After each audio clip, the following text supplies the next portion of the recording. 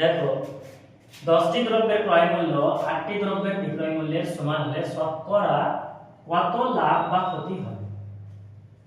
তাহলে ক্রয় মূল্য মানে সিপি 10 সিপি মাইনাস 8 এসপি।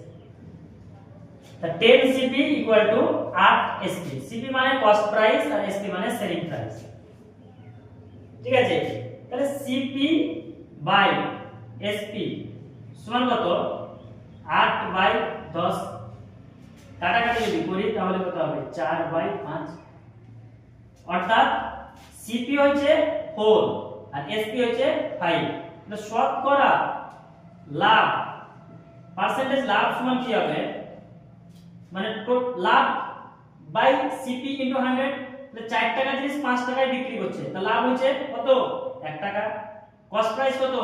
4। আর পার্সেন্টেজ করতে গেলে 100 দিয়ে গুণ, কাটলে 25%। তাহলে এর লাভ হচ্ছে কত? 25%। Thank you.